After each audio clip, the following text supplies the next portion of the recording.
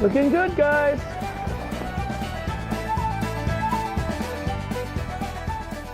Today we did a 2.5-hour tour, which is a very common tour that we offer. It's very, very popular with our guests.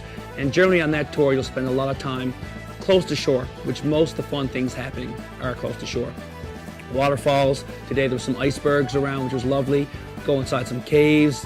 Generally in July and August, we'll pick up whales. We'll have whales swimming in very close to the shore, around the boats, under the boats, which makes it very exciting. Besides the caves and the waterfalls, there's some really wonderful scenery that you can see, cliffs. We had some eagles today, some bald eagles, and a lot of times we'll have really interesting birds and animals coming down to the shoreline that we get a chance to see as we're kayaking by. We usually have small groups. There's usually 10, 12 people with a couple of guides that go along. So it's very interpretive. It's really a coastal tour in a kayak and a lot of interpretation. So you get to learn a lot as you're paddling along, see a lot of things. Occasionally we'll pull up lobster pods, look at starfish, look at crab. Hopefully see a lot of whales, which we see a lot of usually, and then icebergs as well.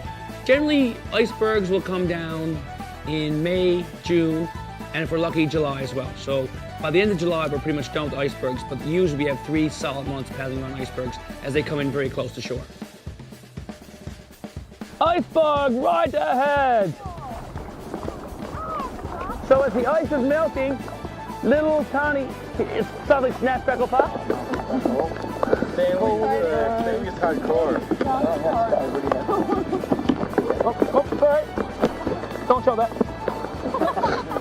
Blow on it, blow on it. No one saw that.